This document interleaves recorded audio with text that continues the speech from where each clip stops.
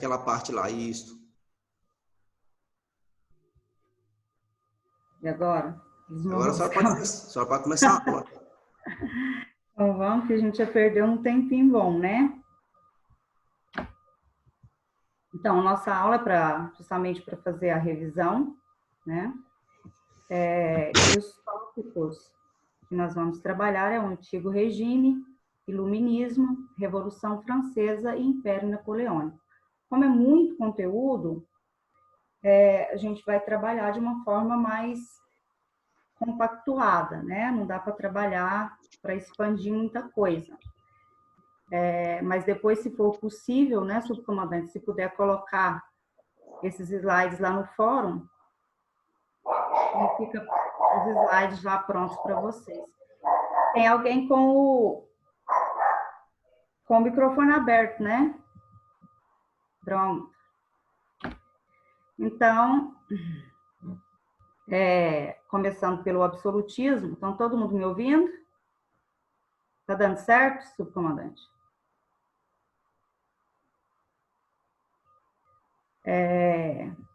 A origem, né, nesse tópico seria o absolutismo. O que seria o absolutismo? Absolutismo, como o nome mesmo já fala, é o poder absoluto. Então, quem tinha esse poder absoluto? Eram os reis, os monarcas. Inclusive, na imagem, né, tem a imagem aí do Luís XIV, que era, então, o representante desse absolutismo. E onde que acontecia, né, principalmente esse absolutismo? Na França. Então, durante a monarquia, quem tinha o poder absoluto eram os reis. Como que era dividida, então, a sociedade durante o absolutismo? A sociedade ela era dividida em primeiro estado, segundo estado e terceiro estado. Como que funcionava, então? O primeiro estado, ele era representado pelo clero, né, pela Igreja Católica. Tanto o alto clero, né, como o baixo clero. Alto clero eram os sacerdotes mais bem graduados. E o segundo, né, o baixo clero, eram os padres, né, que trabalhavam em pequenas cidades, mais na zona rural. Esse primeiro estado, eles não pagavam os impostos, eles eram livres de impostos. O segundo estado era representado, então, pela nobreza. Então, pessoas que tinham títulos, né, de nobreza, alguns, né, já tinham recebido esses títulos durante as cruzadas, e eles tinham, né, cargos superiores, eles tinham cargos importantes no governo. Tanto é que essa parte aí do segundo estado, eles moravam justamente junto com o rei. Eles moravam ali no palácio, né, de Versalhes. E também tinha uma outra parcela dessa nobreza que eles haviam comprado títulos de nobreza. Então, esses eram um pouco mais excluídos, né? Então, esses burgueses, eles conseguiam esses títulos de que forma? Eles compravam ou, se não, adquiria também casando com alguém que participava da alta nobreza, mas que estava em decadência. Então, justamente por isso, por estar em decadência, eles eram menos vistos, digamos assim. E o terceiro estado, que eram as pessoas comuns, porém, eram as pessoas que mais tinham... era o maior, né? O terceiro estado era o maior, era o que mais compreendiam pessoas. Na verdade, eram 95% da população. Então, quem é que compreendia esse terceiro estado? Quem eram essas pessoas comuns? Essas pessoas comuns eram os burgueses, né? Os comerciantes, ricos comerciantes, os profissionais liberais, camponeses, né? E os criados também dos nobres. Eles faziam parte, então, do terceiro estado. Esses, por vezes, eles pagavam os impostos, ao contrário do primeiro e do segundo estado.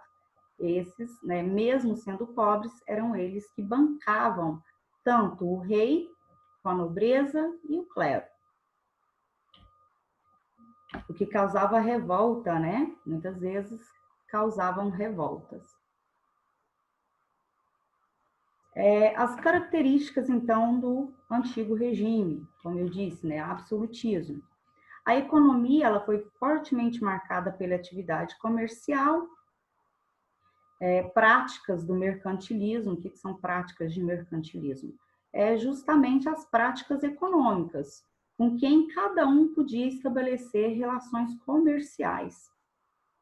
A organização política predominante era fundamentada, né, no absolutismo, como nós já falamos, e se legitimou pela teoria do direito divino dos reis. O que seria esse direito divino dos reis? Ele se colocava como uma pessoa que foi escolhida pelo próprio rei. Né? Ele era o ser divino aqui na Terra. Ninguém podia contestá-lo. Por quê? Porque como ele era escolhido de Deus, então ninguém podia contestar a vontade dele.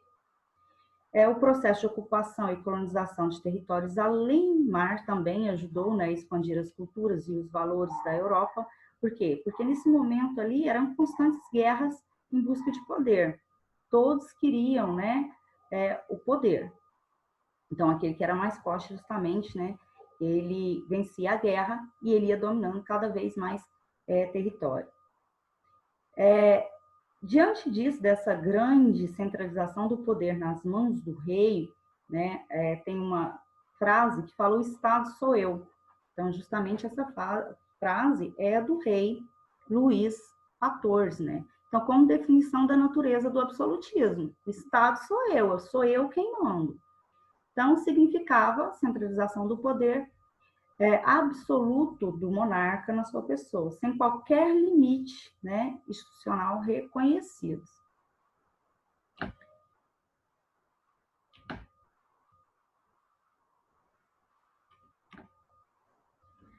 Aqui nós temos a figura do último monarca francês, então, que é o Luís XVI.